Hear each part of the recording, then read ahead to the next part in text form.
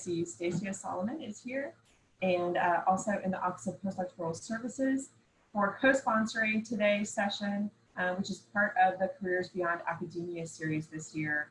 And today's workshop is called What is Management Consulting? And I want to especially thank Ricky Hollenbach, who's going to be our speaker today, who is co-president of the Advanced Professional Degree Consulting Club, or APD Consulting Club, and also Jason Arney, who is the Professional Development Chair of the APD Consulting Club. They have developed the content for today's workshop, and they'll be telling you a bit more about management consulting and how you can also get involved in practicing and learning about management consulting through the APD Consulting Club in the course of today's talk. Before we get started, we wanted to welcome them. Thank you all so much. And in fact, I'd like to turn things over to Ricky Hollenbach to tell you what is management consulting. Awesome. Thank you so much, Melissa, for the introduction. Can everybody see slides and hear me? All right. I'm going to try to keep the Zoom pictures out of the way so I can see my whole screen here. So I'm Ricky Hollenbach, as Melissa said. I am the co-president of the Duke Advanced Professional Degree Consulting Club, and I'm going to be giving our presentation today on what is management consulting. A little bit about me. I am a third-year PhD student in mechanical engineering. Now, Jason Arney, our professional development chair, is going to give this talk with me, but I know he had to travel recently, so if he jumps in, he might help out, but I don't think he's here at the moment. But we have a full team that helps. We have a co-president, Shuyang Jin is my co-president, got some vice presidents, and multiple people that helped develop this talk over the years. And this is our 2020 updated What is Management Consulting talk. So a little outline of what we're going to do today. We're going to talk about what consultants do, kind of talk about what they do, why, how, firms that they work with, different examples. We're going to go through a quick overview of the recruitment process and how to get into these roles. We'll talk about what a case interview is, and then how can the Advanced Professional Degree Consulting Club help you.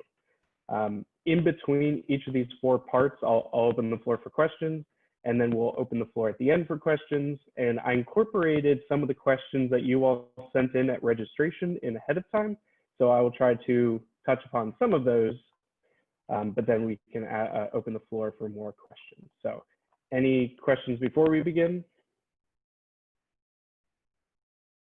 All right, hearing none, we will feel free to proceed. So we're gonna first talk about what do consultants do. So what do consultants do? Basically, we are outside sources of information, of thought, of analytical skills that companies that are maybe facing a really big problem internally within their company, maybe their sales are down, or maybe their costs are rising. You know, they have a problem that they're facing, and maybe they don't have the personnel to be able to solve it. Maybe they don't have the time, or maybe they don't have access to the skill set to be able to solve their problem. So they hire out to different consulting firms, and we'll talk a little bit about the range of size and types of consulting firms. But these consultants come in and basically ask some probing questions, do a little bit of research, and try to figure out what the cause of the problem is. So how do they do it? They do a lot of asking of questions, trying to simplify the problem, analyze what the causes of different problems are, and then they propose a solution in the form of a really long document or maybe some presentations and slides, and then they meet with these companies to try to maybe implement some of these changes. Why do we do this? Consultants bring some strong analytical skills. They bring some resources from these big firms that have collected tons and tons of resources over the years, and they provide an outside perspective. Sometimes you can't solve the problem within your own company if you're part of that company. Sometimes you need that outside perspective to gain insight into the problem at hand. So some examples here. My pictures out of the way here. So we've got a biotech startup just developed a new drug that can cure Alzheimer's with an 85% efficiency. How should they sell the product? So maybe the consultant will look at the different avenues for selling it, the different markets, talk about the pros and cons of different areas of investment into this field. So this could be a type of problem. Or you've got a European piano manufacturer that's considered a US piano market. Should they build manufacturing facilities in the US and distribute from their existing plant in Norway. So a lot of times consultants are faced with maybe two solutions that the company is considering between. So maybe the consultant will research all of solution A, research all of solution B, and tell them which one is the better one. But sometimes it's a lot more open-ended. For example, this one, we got a branch of local government that is committed to improving the health of their city's population. How would you identify the cause of the city's recent obesity epidemic and come up with a strategy for reversing the trend? So this one's a lot more open-ended and is up to the consultant team. Usually you work together with other consultants to try to come up with proposed solutions and then try to implement those solutions. There are many, many consulting firms. You can find them all over the country. They are big, they're small. So we have about 3 different kind of segments we kind of talk about. The first is we refer to what's known as the big 3 firms. So Boston Consulting Group, McKinsey and Company, and Bain and Company are at the top there. They are probably the largest management firms that are across the country and really across the world. They've got offices in all different countries, and they hire a lot of consultants every year. So we tend to refer to them as the big 3. There's also a lot of generalist firms, which the big 3 fall into that category as well, where they solve problems across from business to healthcare to everywhere in between. But you also have specialist firms, and they may focus on a specific field. There are a lot of healthcare ones. I have some more examples on the next page here. So we'll talk about that in a second. But there are specialist firms in different niche areas that all the consultants might have a similar background from. So talking a little bit more about generalists versus specialists, we recently interviewed, so Jason and I had a 2-on-2 interview with 2 alumni consultants at the Boston Consulting Group, and we're going to refer to that conversation we had with them a couple times. But we asked Billy Gerard, why did he choose a big generalist consulting firm as opposed to a specialist? And he gave the following quote: "I did not want to apply my skills to just a small field." He really wanted to tackle a wide variety of problems and use a lot of different skills. So whether you want to go for a generalist route or a specialist firm may depend on the types of problems you want to solve, the types of skills you may need, or maybe the types of resources you might look at. Generalist firms tend to hire all kinds of degrees. They solve, like I said, a variety of problems, where a specialist firm may focus on specific fields, specific degrees. There are plenty of healthcare, pharma consulting groups. There's a growing area of computational fluid dynamics firms. NUMECA on the right there is one of interest to a lot of students. There are specialist consulting firms in vibrations, aerodynamics. Really any field probably has its own specific consulting firms for that field, which makes it a little bit different than a wide general consulting firm. So let's talk a little bit more specific about advanced professional degrees. So how does this distinguish from, say, undergrads or MBAs? So advanced professional degrees, the advanced refers to graduate school. So all graduate degrees are pretty much considered advanced professional degrees. However, we're slightly different than, say, an MBA that's very business focused. So a lot of these companies do hire MBAs as well, but they're usually in a different category.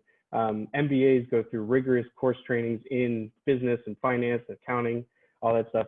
Advanced professional degrees, most of us don't have that kind of course load.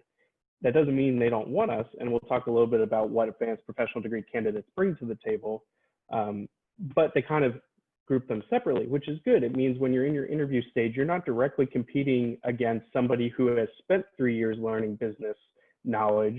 You're going to bring your skills that maybe you developed in your field of engineering or law or your graduate health program, whatever field you're in, you're going to bring different skills and different experiences.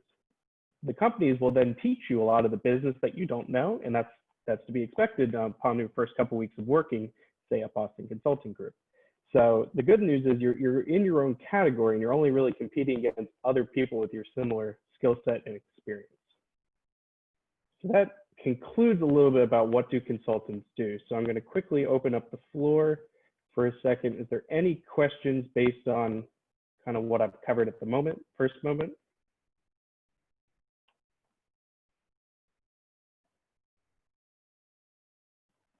All right. we will move on to an overview of the recruitment process now. So there's some general steps. This won't apply to every single person that goes into consulting, but almost everyone that goes into consulting follows a similar process such as this. So you are all doing the first step right now. You're building your resume. You're a graduate school student at Duke, so you are constantly working on maybe some research projects or taking courses and building your GPA. Maybe you're involved with some extracurricular activities, and maybe you hold a leadership position. These are all things that are building your resume, which once you have built your resume, you then start to tie a lot of the pieces together. Maybe you have a story that talks about your leadership skills. Maybe you started out as a member of a board on a committee and then you became the president. You can talk about that. Or you were involved in research and then get really involved with a national organization of research. There are many ways that you can take the pieces or the building blocks, hence our picture, from your resume and kind of build it up into a story. So these are kind of all things that you are all probably involved with right now. What the next step for all of you interested in possibly in consulting would be is to do what's known as case prep. So what casing is it stands for case study. And when you get to interview at these companies, you're going to be tasked with one or maybe a bunch of case interviews. And this is very similar to those prompts I showed kind of at the beginning. You're going to get some information about a company. You're going to get some numbers. You're going to maybe be given a problem that the company is facing. And then it's up to you to then maybe ask a couple clarifying questions, ask for some data and information. And then you, in front of the interviewer, is going to try to sketch what you think maybe is the problem, ask some more questions, and kind of lead to a small solution. So it's basically a microcosm to what a consultant will do in the real world.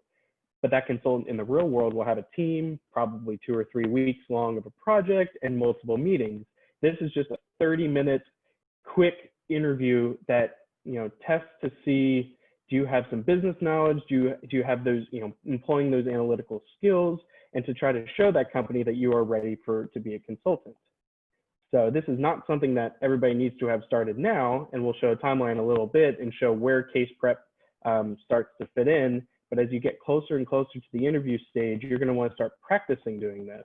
It is not easy to just kind of jump in and get a case and solve it right away. I currently am going through that process, and it's taken me a while to kind of get used to the flow, get used to the language, get used to thinking in different ways. So that's the next step to kind of preparing to interview for these consulting companies. As this picture suggests, it is a long and tedious process. A lot of companies say they want you to do 40 to 50 cases maybe before you interview. That may be a lot, that may be a small amount. So it kind of depends on each person, how they feel and how quickly they get comfortable with it. Once you're starting to wrap up your case prepping, you're also going to build up your network. So that might include attending recruiting events for some of these different companies. It might include reaching out to the recruiters, or maybe starting to meet Duke alumni, maybe in your labs, or even just Duke in general at these firms, and trying to talk to them and see, why did they join that company? What did they do to prepare? So you're going to want to start thinking about your networking as you're getting ready to apply. That leads to the application and the interview phase.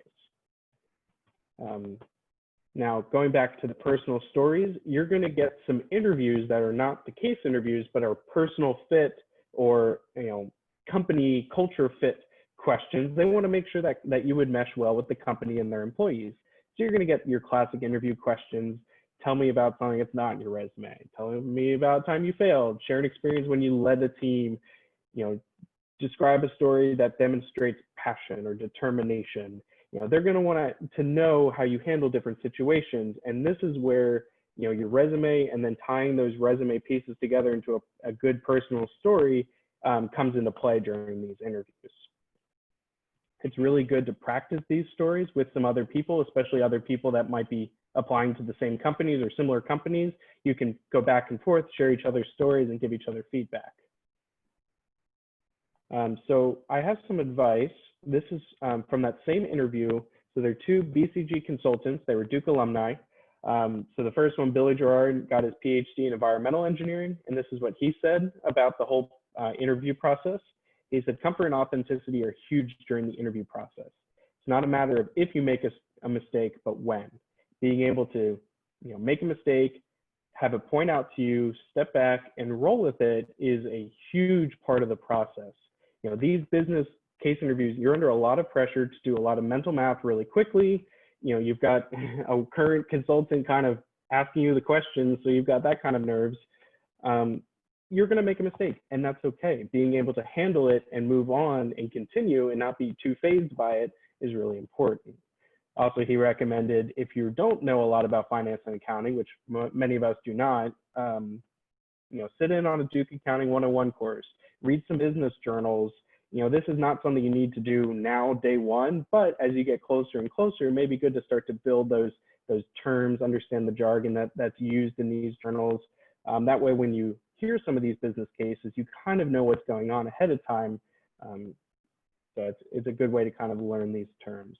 Dane Sequeira got his PhD in mechanical engineering 2 years ago, and his recommendations were very, very similar. Comfort and humility. So both his first and final rounds, he made a mathematical error, which is funny because he's a PhD in mechanical engineering. So we joke that we think we're good at math, but it happens. You might mess up.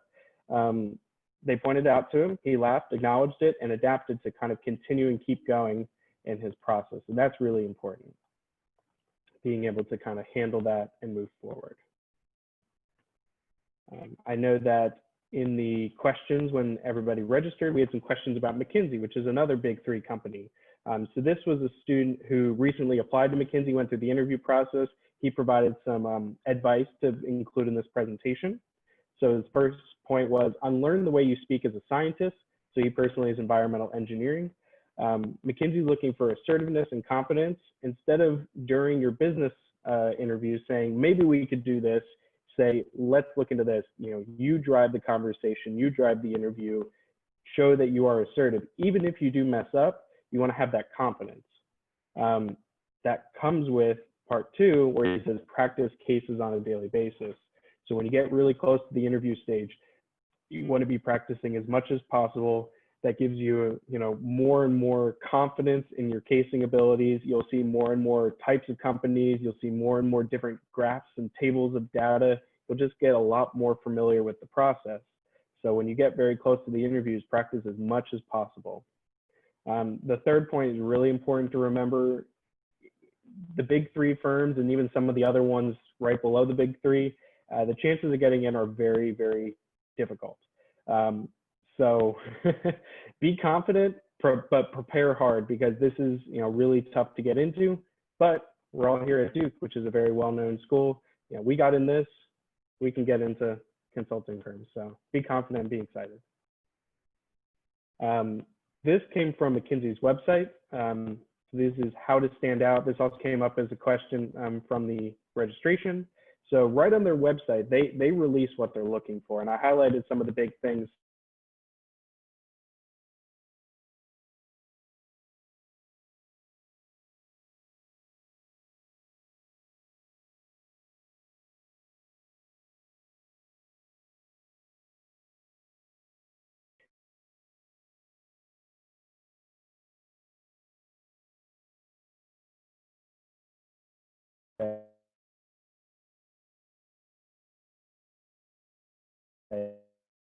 These there's a lot of different scholarships on highlight them.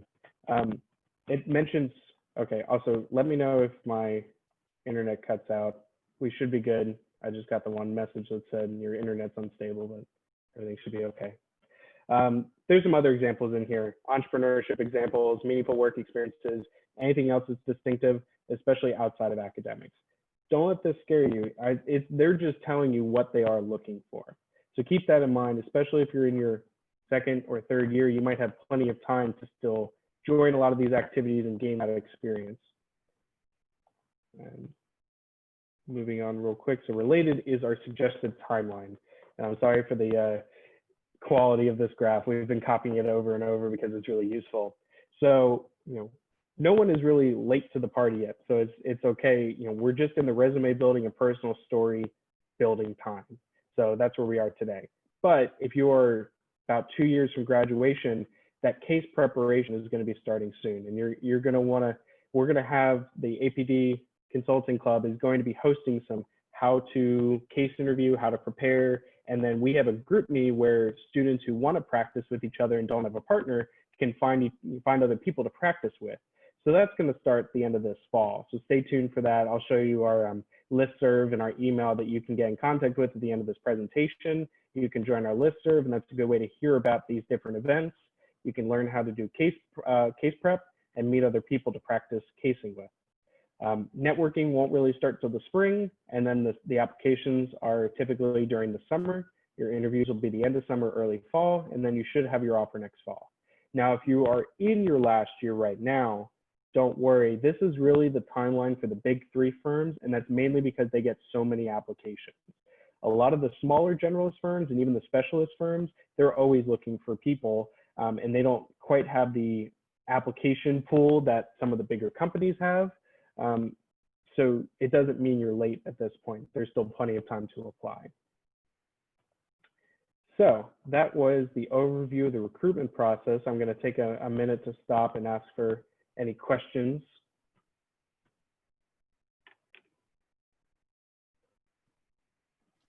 You were mentioning that resume building is one important thing that we have to focus on in the earlier stages of it.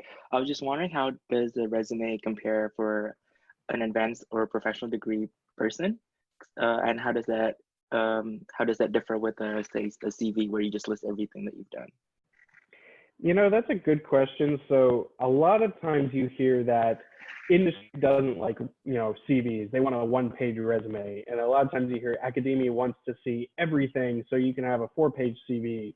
Consulting is not very clear what they want to see. I think they want to see everything. So I don't think they care too much about the 1-page, you need to, list only the important things in this 1 page. So I think it's more important to share everything that you've been a part of, as long as it's meaningful. So you want to include some stuff from your undergrad, but you may not need every single one of your internships, or you may not need to list every one of your scholarships. So I'd say you're going to find a happy medium between your 4-page giant academic CV and your 1-page industry resume to maybe 2 or 3 pages of the most important things that really highlight your skills and abilities. Does that help? Yeah, thank you. All right, other questions?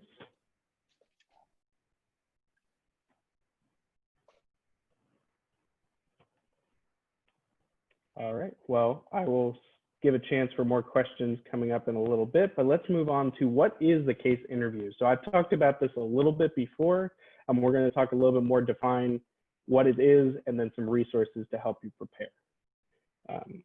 So there are various types of interview formats. You've got the traditional candidate-led, where your interviewer might provide the case, some information, maybe some data, and then you as the interviewer or interviewee, the candidate, is going to lead all of the discussion. You're going to decide, okay, what's most important to look into? You're going to ask, do we have information on the sales of the past year or the costs of manufacture? So the candidate might ask all of those questions. Another type is where the interviewer leads most of it, and they might say, what do you think are the biggest issues for costs in our company versus revenue? And they might kind of lead the probing questions, and then you kind of handle each question as it goes. This is easier and harder at the same time. It's easier because they're supplying the questions. You don't have to lead the whole thing, but it means you're not in control the whole time. The interviewer, they might stop you if you're starting to go down a path that maybe they don't have the information for, or it's not the direction they were asking you to go. So they might stop you and redirect you, which might throw off your train of thought a little bit. The written case interview is just as it sounds. You might do a case, but you might be writing everything down. It might be a PowerPoint presentation with slides, or it might just be kind of a written report. A lot of company interviews do group cases where maybe you're working with a team to do something very, very similar, but the case might be slightly bigger, requiring 3 to 4 people to actually look into all the facets of it before the presentation. And then the last one is presentation only. And there might be more. These are just some of the main ones that you may see, but each company might come up with their own way of testing you and interviewing you to determine your skills and abilities. This is just one example of some evaluation criteria given us from Fuqua. All it shows is some different levels of, the framework of the approach might be really weak or decently strong or very strong.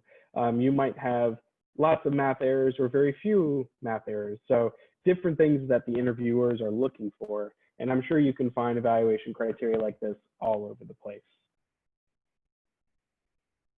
Now, resources. This is the most important part. What can you do to kind of build your knowledge on casing and improve your skills? So there are multiple books out there, Case Interview Secret, Case in Point.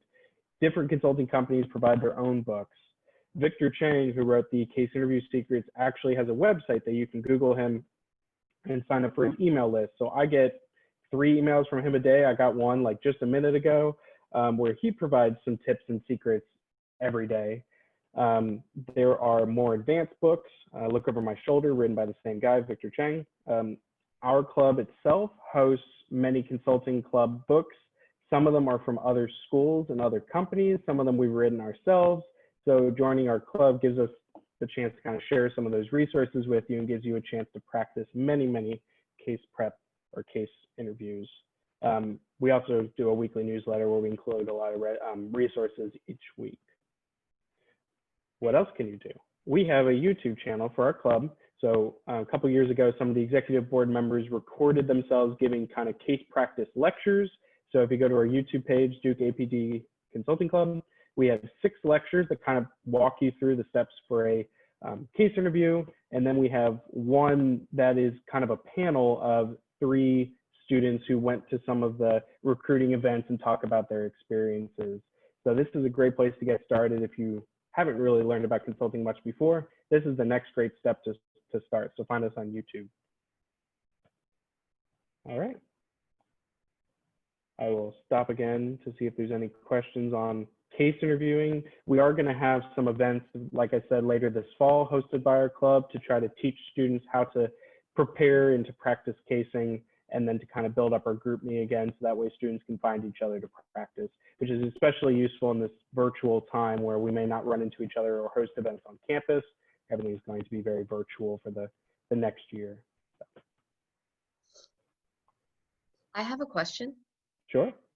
So I'm a humanities PhD, and you mentioned a lot of things that you mentioned seem to be oriented towards people with mathematical abilities, and like frankly I cannot do math at all, but I have obviously a lot of experience writing persuasively. So if I interviewed with one of these consulting firms, might they pose different questions to me on the basis that I'm a humanities PhD candidate, or am I sort of evaluated along the same criteria as like a mechanical engineer? Great question. So in what I've seen, obviously as an engineer, I tend to look for the engineering opportunities, but it doesn't mean you don't see it as you Google these companies. And they tend to loop all advanced professional degrees together. You've got your MBA candidates, you've got undergrad candidates, and you've got advanced professional degrees. So even as a humanities major, you would still fall into that category. Now, each company is probably up to them to determine, what kind of majors they're looking at. There are some companies that flat out say, they're looking at STEM related majors. And that may be just because that's the kinds of clients they have or the kind of consultants they're looking for. That doesn't mean some companies don't take humanities majors to maybe utilize that skill of writing. When we talked to Billy and Dane, they worked with JDs, MDs, people with all kinds of backgrounds. So those with law degrees, they also don't have this STEM math quite related background, and they still are hired by a lot of the big firms. So the same thing would be, highlight those skills on your resume. If you've written in books or magazines or wherever you've published your writing, you want to highlight that. You still would have to probably go through the casing practice and kind of build that business knowledge. Again, unless you're an MBA student, you really don't have the business knowledge anyway. So we're all kind of on the same playing field there. And it's not like they're going to be asking you calculus questions. Like they're all kind of, the math is all business math, which is just a lot of percentages and division. And it's something that everybody can learn through these case practices. My advice would be, when you're looking at some different companies, check out what degrees they're looking for. So that way, if they would be considering you or if they're looking more for STEM. The specialist firms also might be a good way. There may be certain specialty firms that are looking for particular majors. So I actually have dyscalculia number dyslexia. So for me, like explaining like semantically what like a calculus formula is actually easier than doing basic math because I have a form of number dyslexia. So should I just not even bother then with like consulting jobs? Because I'm no expert, so I can't be the one to tell you what they will and won't take because I'm a student too. I would say that, don't immediately think, discount yourself and think you're not qualified. You definitely are. You're a graduate student at Duke. So I know that they're always looking for grad students at Duke. We're a very well-known school. We're a target school for all these firms. So, the best place to do is just kind of Google the firms and look what they're looking for and start there. Does that help? yeah. Okay. Any other questions? All right. So the final part of our talk here is going to be on how can the Advanced Professional Degree Consulting Club help you? We talked about that a little bit in the case interviewing step, but we'll talk a little bit more about the club now. So our mission statement is to expose as many people as possible to management consulting, provide club members educational opportunities and experiences to prepare for their future management consulting careers. So how do we do this? We have informational sessions with consulting firms. So we get speakers periodically that come in. We have students share about their internship or their interviewing experiences. We actually talk with consultants who are out there in the field. So that conversation Jason and I had with Billy and Dane a few weeks ago probably would have been a live event if we were in a non-pandemic time. But we recorded that conversation. So we have the Zoom link to the recording that we send out to our members, and it's being turned into a professional development blog that will be available in the coming weeks from Melissa's office. She helped us put that together. So we still are able to provide that information and knowledge to you all, even in a slightly different time, virtual, of course. Educational opportunities and experiences. Like I said, we do some case prep lectures. A big part of our club, which I haven't even talked about yet, is we do pro bono consulting, which is where we take and we partner with some different firms local to the Triangle area, and we set up small project teams to go to that company, work with them, meet with them, and kind of live the life of a consultant and kind of try it out in a much smaller scale. For example, my first year I joined and was assigned to a financial technology company. So we had 3 students on our team. We met with them about once a month. They would share with us, what problems they were facing with their company, what they wanted us to research and look into. And then we provided them update presentations and I think a final report at the end and kind of highlighted some goals and results that we presented to them. So we do that every semester. And then our big event that our club hosts is a national case competition. So we host a collab case competition with UNC. This upcoming year will be our 7th year. And this is another opportunity where you can work together with a team of 2 to 4 students.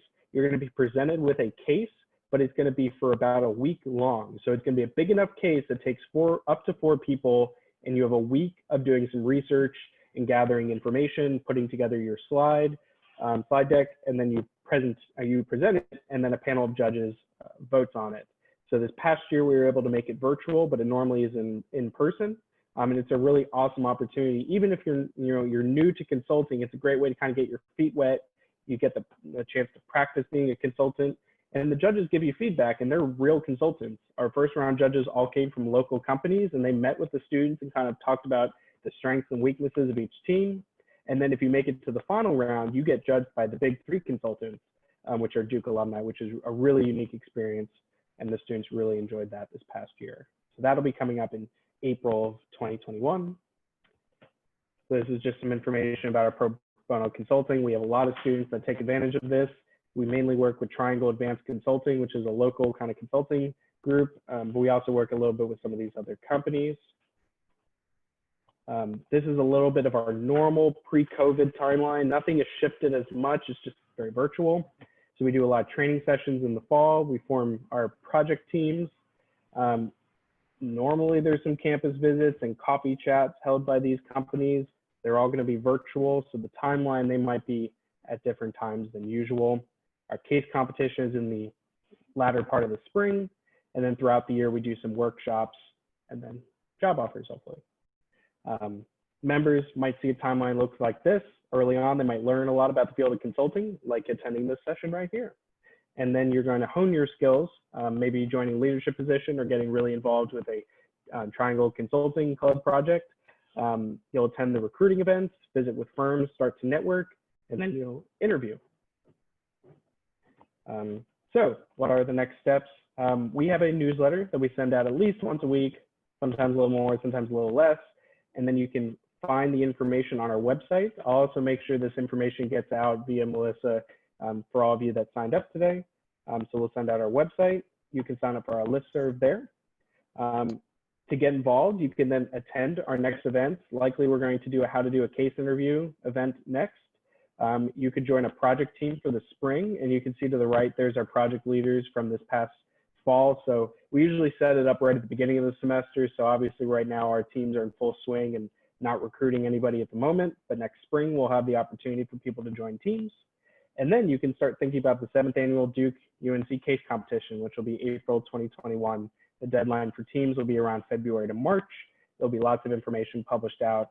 We'll try to market the event pretty well. We had 25 teams last year, which was awesome. And they ranged from Duke to UNC, all the way up to Harvard, all the way south to Baylor in Texas. So really awesome event. Real quick, I want to acknowledge Melissa for putting this event together. I want to thank her for reaching out and setting this up. This presentation has contributions from us as well as our partner at the University of North Carolina at Chapel Hill. We had a lot of input from McKinsey and BCG folks. And then we work a lot with the GPSC as well with Duke INE. So with that, I'm going to open up the floor again for any final questions that everybody might have. Thanks for the information. This was really helpful. Is there any way we can go back and look at these slides kind of on our own time? Yep, I'm going to talk to Melissa and try to see if we can send out the slides, because we've got links in there and it's only helpful if you all have the slides and you can click on them. So I will work with her to try to get the slide deck sent out. Awesome, thank you. Regarding the club, what sort of time commitment is it to join one of these mini projects, and what sort of time commitment is the club in general as well? Great question. So the awesome thing about our club is just to join the listserv, there's absolutely no time requirement. Like, you can sign up to be on our listserv, receive information, and do everything on your own time. Like, you don't have to put any time into the club just to be a member. So if you want to pursue some of the different opportunities, you might put increasingly more amounts of time. So when I joined that Triangle project group my first year, I put maybe 1 or 2 hours a week into it. It was a project that didn't require a huge amount of work. Different projects might have a higher amount of requirement. It kind of depends about what their question is and what they're wanting. But you're working with a team, so it's not all on you. And each project has a team leader, like I showed in the picture, that's kind of coordinating everything. So that might be a couple hours every other week. We used to have to go and visit the companies in person, so that might have required a bit more time. But now that everything's going to be a virtual meeting for a while, that actually saves you some time. And then we have various leadership positions. So depending on how much time you want to invest into the club, you could look at joining a leadership position at the end of the year and put a couple hours a week into the club.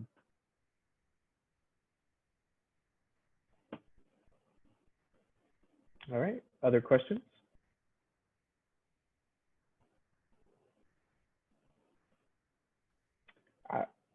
Go ahead. Hey, Ricky, there was just one question in the chat. I'm not sure if you saw it. The question from Cynthia, forgive me if I'm pronouncing your name incorrectly, but is there any difference in the interviews when applying as an APD or MBA? Yes, thank you for reminding me that the chat is a thing. I've got it up now. Thank you for pointing that out. Again, since I'm an APD member, I don't really know what the MBAs go through, but I'm sure there is a big difference. And the main thing is the companies expect a lot different out of their, what they learn in school. They go to school, business school, to kind of gain that knowledge. So the companies kind of expect their knowledge of business to be a lot larger and a lot more intense than any advanced professional degree. So I assume that the interviews are different, and that's why there's kind of a different process. Most of the companies you'll see, like McKinsey for sure, like they've got undergrad candidates, MBA candidates, APD candidates, they're 3 separate links. So I'm sure their whole processes are different. But that doesn't mean you can't work with MBA students to study and prepare for these interviews. One of my colleagues in the APD CC worked a lot with MBAs to share about their personal stories, because a lot of that part of the interview was very similar. You have to fit well with the company. They're going to ask you a lot of the personal story questions, probably in the same way, regardless of your degree. So the real big kind of difference comes in more of the business casing or the case interviews. There might be more differences, and there is an MBA specific consulting club, I believe, that might touch more upon this. And we do a lot of collaboration with events with them sometimes. So, sometimes we are learning the same things, but I think sometimes their club focuses on what they might see in an interview versus what APD students might see in an interview.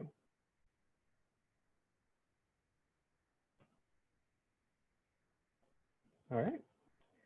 I have the chat up, so if anybody wants to come on, turn the mic on and ask the question, or if you want to post in the chat, I can see both. So let me know. We still have 15 minutes for questions. Process of joining a project team. Okay, so as co-president, what Shuyang and I did is we kind of split up the responsibilities of our consulting club. So I oversee a lot of the professional development side.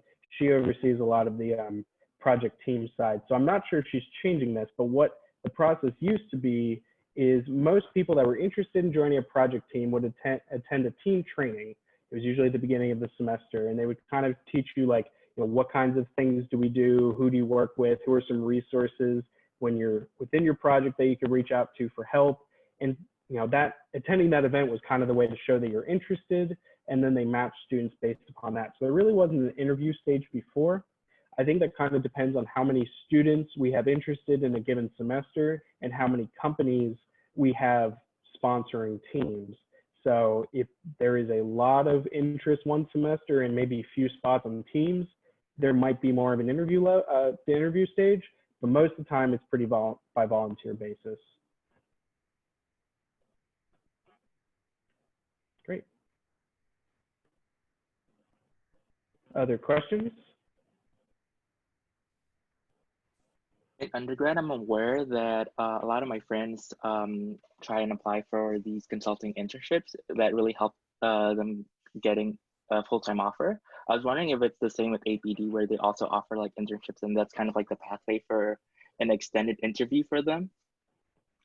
Great question. So yes, if many of you are familiar with the undergrad process, looks very similar, but a lot of them are, tend to get interviews first or internships first during maybe the summer after their junior year. And that's, as Kevin said, a pretty big gateway into a full-time position. As for APD, these companies do host internships and sometimes for graduate students, but I don't think it's definitely not necessary. Most students can't take an internship during their PhD process. It kind of depends on your field, your advisor, and whether or not you have the time to do it. So there's definitely not a requirement. What there is instead is all the big 3 firms. So McKinsey has what's known as McKinsey Insights. BCG has what's called Bridge to BCG. And then Bain has what's called the Advantage, I think is what it's called. They're like between a 3-day weekend event and a week-long event, depending on the company. And that is what a lot of APD students apply to. You kind of go in June or May, whenever it's held. You practice being a consultant, you do some case interviews, you network with a lot of students, and that kind of replaces the internship. Again, these aren't required to get a full-time offer, but if you happen to land one of these, you kind of stand out a little bit, I know Bain says that if you get their Advantage program, you get an automatic final round interview for their full-time position, probably very similar to how the undergrads view their internships.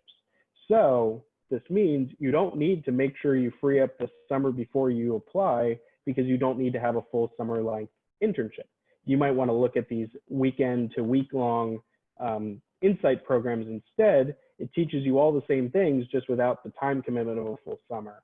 Some of those are very competitive as well, but it's good practice for getting ready for that, as you would then get ready for the full-time interview. I don't know, there might actually be internships, so you might have that opportunity as well, but I'm less familiar with students that have taken internships as a graduate student with these companies. Got it, thanks. And on our YouTube page, that panel of 3 students on one of those videos, I think they talk a lot about, because one of the students did McKinsey Insights, and I think one of them did Bridge to BCG. So I would watch that video and learn a little bit more about their experiences there.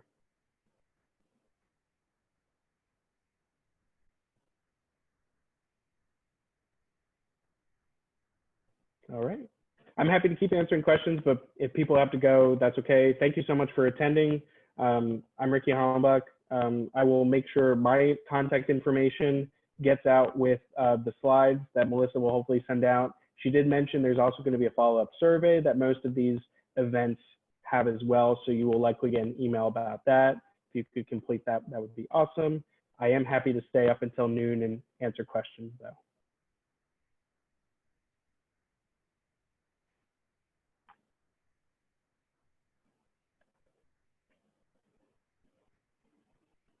So if you go to, I have the link, I'll make sure it gets onto the slide. Somewhere in the student affairs page, there is a consulting page, and it actually lists a lot of firms. It talks a lot about the specialty firms, which is really cool. So there's a lot more links than I included here, and talks about some case 101, I think. I'll make sure that website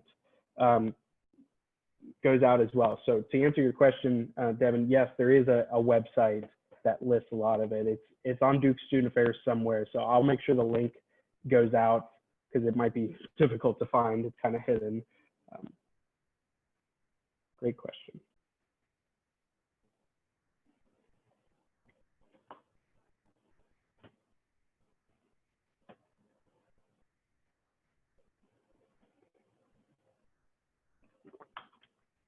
Any other questions? I don't think I see any other floating ones in the chat yet.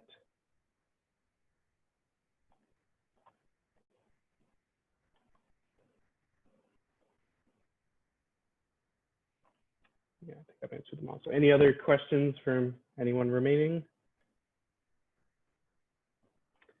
I think not. Thank you all for attending.